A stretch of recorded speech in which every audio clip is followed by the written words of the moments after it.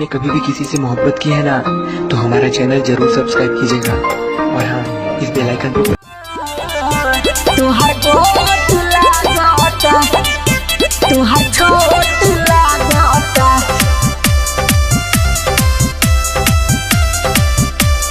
हाँ छोटी हो तुहार छोट लागता। नहीं कोमर हिलौला से मजा मिली, जबल है ना ऊपर नीचे दोनों हिली, हाँ नहीं कोमर हिलौला से मजा मिली, जबल है ना ऊपर नीचे दोनों हिली। सीना बहत्तर हो, सीना बहत्तर कमर तुहार मोट लागता, सीना बहत्तर कमर तुहार मोट लागता। जवानी तुहार गोट लागता, छोटी हो तुहार छोट लागता। जवानी तुहार गोट लागता, छोटी हो दुलू छोट लागता। एक करे जा तुहार गोट लागता, तुहार छोट लागता। मिक्स बाय कोलू ऐश्वर्या। छोटी हो तुहार छोट लागता। सुनो गेंदा के फूल जस पसरे लगी, ले लभ वाला सुई दोनों बढ़े लगी। एक कर जा तनी बात मन हो।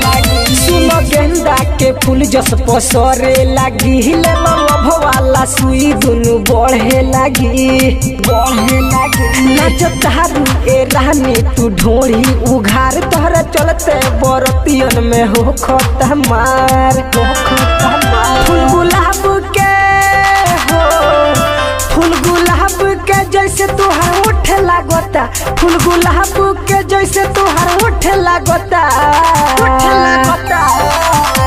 जवानी तुहार गोट लागता, छोटी हो तुहार छोट लागता। जवानी तुहार गोट लागता, छोटी हो दुलू छोट लागता। एक करे जा तुहार गोट लागता, तुहार छोट लागता।